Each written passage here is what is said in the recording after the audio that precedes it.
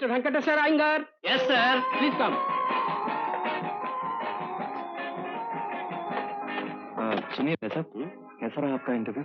Oh, he is very, very impressed with me, you know. और मेरे चाचा के दोस्त निकले भाई. I think I've got the job. Yeah.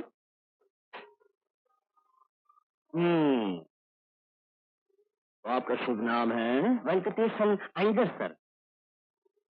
मैंने तो सुना था साउथ में अपने नाम के साथ पिता का नाम भी जोड़ते हैं। पिता का नाम ही नहीं सर, गांव का नाम भी जोड़ते हैं। एक्चुअली मेरा नाम है वेंकटेशन कृष्णमूर्ति चिरम्पपल्ली अयंगर सर। तो ब्लैक पर्ल के बारे में आपका क्या ख्याल है मिस्टर वेंकटेशन राममूर्ति? राममूर्ति नहीं सर, कृष्णमूर्ति। हाँ हाँ हाँ। तो मशहूर फुटबॉल प्लेयर ब्लैक पर्ल के बारे में आपकी क्या राय है? जी, मुझे फुटबॉल से कोई इंटरेस्ट नहीं। तो क्रिकेट की बातें करते हैं? जी, एक्चुअली स्पोर्ट्स से इंटरेस्ट नहीं है मुझे। That's good, very good. लेकिन आप डांस और म्यूजिक के बारे में जो कुछ है पूछ सकते हैं सर, खासकर भारतनाट्यम के बारे में। यानी आप नाचते हैं? जी, मैंने नाचता सर, मेरी बहन नाचती है। लास्ट वीक उसका टीवी पर प्रोग्राम हुआ था, लोगों ने कहा बिल्कुल हेमा मालिनी जैसी नाचती है।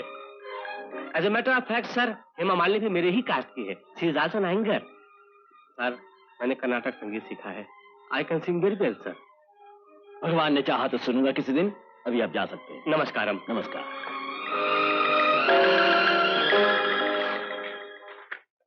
नेक्स्ट।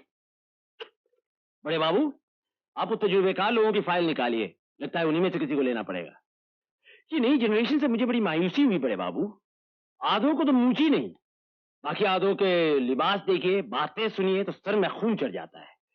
इस देश का कुछ होने वाला नहीं। This country is no future. अब बस एक ही बाकी है, मैं उसे भी देख लेता हूँ। आप एक्सपीरियंस लोगों की फाइल निकालिए। नमस्ते जी। नमस्ते। आइए आइए। आपका शुभ नाम है? राम प्रसाद दशरथ प्रसाद शर्मा। बैठिए बैठिए। धन्यवाद सर। सुनील गावस्कर के बारे में आपका क्या ख्याल है? सुनील गावस्कर? हाँ हाँ, क्रिकेट के मशहूर खिलाड़ी। क्षमा चाहता हूँ सर, क्रिकेट के विषय में मेरा ज्ञान बहुत कम है। ठीक है, कोई बात नहीं कोई बात नहीं। तो आप ब्लैक पर्ल के बारे में कुछ बताइए। मुझे तो ये पता नहीं था कि मोती काला भी होता है। मैं तो यही समझता था कि मोती केवल श्वेत वर्णीय होता है।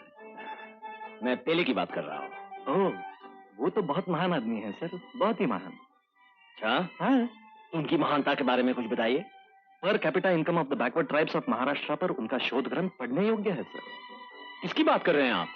रेले सर, प्रोफेसर रेले, प्रसिद्ध अर्थशास्त्री। नहीं, मैं पेले की बात कर रहा हूँ। PELE, Pele, the famous football player. Oh हाँ, कुछ दिन पहले समाचार पत्र में पढ़ा अवश्य था कि कलकत्ता में 30-40 हजार पागल उनका दर्शन करने आधी रात दमदम एयरपोर्ट पहुंच गए थे। उनके विषय में बस इतना ही ज्ञान है सर। कि ये जो इंडिया पाकिस्तान हॉकी टेस्ट होने वाला है, इसके बारे में क्या ख्याल है आपका? मुझे आज्ञा दीजिए सर। क्यों, क्या हुआ? अपने विषय के सिवा दूसरे विषयों के बारे में मेरी कोई जानकारी नहीं है सर। मेरे पिताजी ने शिक्षा दी थी कि जवानी काम के लिए होती है, शौक पूरा करने के लिए तो सारी जिंदगी पड़ी है। लेकिन आज पता चला कि खेलकूद इत्यादि इत्यादि के बारे में भी ज्ञान आवश्यक है। पिताजी की शिक्षा मिथ्या थी। बिल्कुल नहीं। तुम्हारे पिताजी ने जो सिखाया ठीक सिखाया। बैठो। और क्या क्या सिखाया उन्होंने? वो कहा करते थे कि कभी अपने आदर्श, जाने दीजिए सर, आप शायद उन्हें पागल समझेंगे। नहीं, कहो। वो कहा करते थे कि मनुष्य को अपने आदर्श और मूंछों का उचित आदर करना चाहिए। Moustache is the mirror of human soul and mind. मूंछ तो मन का दर्पण है। लाख रुपए की बात है। बेटा, मैं तो कहता हूँ जिसके पास मूंछ नहीं उसके पास मन ही नहीं है। तुम्हें सचमुच एक आदर्श शिक्षा मिली है। जरा ये बैलेंस शीट देखो।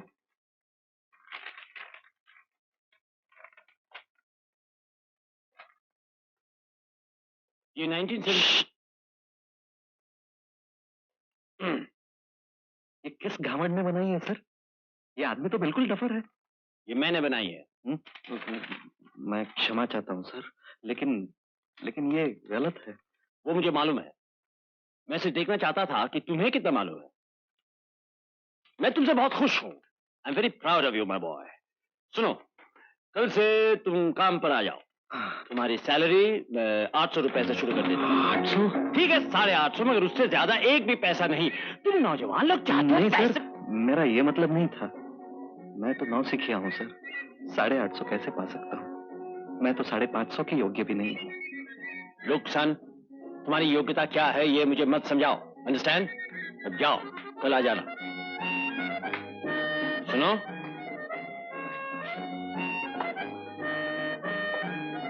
तुम कुर्ता इतना छोटा क्यों पहनते हो? सर, मेरे पिताजी कहा करते थे कि कुर्ता तो शरीर के उपरार्ध की लज्जा निवारण के लिए होता है। भारतवर्ष में 30 करोड़ मर्द हैं, उनमें से 10 करोड़ कुर्ता पहनते होंगे। अगर हर आदमी अपना कुर्ता 6 इंच भी छोटा कर ले तो उसमें से जितना कपड़ा बचेगा उससे कितने लोगों की वस्त्र समस्या हल हो सकती है। इसलिए पिताजी कहा करते थे कि लंबे कपड़े पहनना बहुत हानिकारक फैशन है। फैशन के वो विरुद्ध थे मतलब वो क्या? हाँ सर, 4 साल पहले उनका स्वर्गवास हो गया। कितनी अफसोस की बात है कि ऐसे स्ट्रेट और ग्रेट थिंकर से मिलने का सौभाग्य मुझे नहीं मिला। मगर वो हमेशा मेरे साथ हैं सर। उनकी स्मृति मुझे प्रतिपल यह स्मरण दिलाती है कि मनुष्य तो मृत्यु के बाद भी अपने विचारों और सिद्धांतों के द्वारा अमर रह सकता है। तुम बहुत आगे बढ़ोगे, लेकिन छोटी सी रिक्वेस्ट है, इतनी भारी भरकम भाषा लिखने में प्रयोग करो, बोलने में नहीं। समझने में जरा तकलीफ होती है। हाँ। प्रणाम सर। जीते रहो बेटा।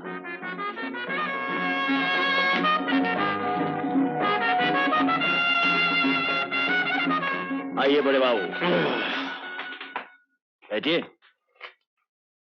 आपने कभी असली हीरा देखा है? जी जी जी जी, एक बार मैं महारानी सावित्री देवी का भाषण सुनने गया था, उनके गले के नेकलेस में देखा था। इसे असली हीरा नहीं कहते जी। अभी आपने एक लड़की को जाते देखा? जी। हाँ, ये है असली हीरा। जी। Brilliant. Bravo, bravo my boy. मैं तो यूं ही डर रहा था, अगर तू चार्टर्ड अकाउंटेंट न भी होता तो किसी ड्रामा कंपनी में काम करके अच्छा खासा कमा लेता। हाँ। वो तो ठीक है मामा जी, लेकिन ये मिनी कुर्ता कैसे चलेगा? ये तो दूसरे का है, तुम अपने नाप का बनवा लो ना। अरे नहीं भाई, वही तो गड़बड़ हो गई ना। लोग अपने पैरों पे कुल्हाड़ी मारते होंगे, मैंने तो कुल्हाड़ी पे ही पैर मार दिया। वो कैसे? वहां जमाने के लिए तकरीर झाड़ दी थी ना कि हमारे पिताजी कहा करते थे छोटा ही कुर्ता पहनना चाहिए। पिताजी का आदेश कैसे तोड़ दूं? अरे हाँ, कुर्ता थोड़ा छोटा तो है। थोड़ा? अरे बेटे, 550 के बजाय 850 की पगार भी तो मिलेगी। छोटा कुर्ता तो क्या, अगर बनियान पहन के भी काम पर जाना पड़े तो एतराज नहीं करना चाहिए। हाँ। रत्ना, मुझे इससे कुछ खास बातें करनी है, तू उधर जा।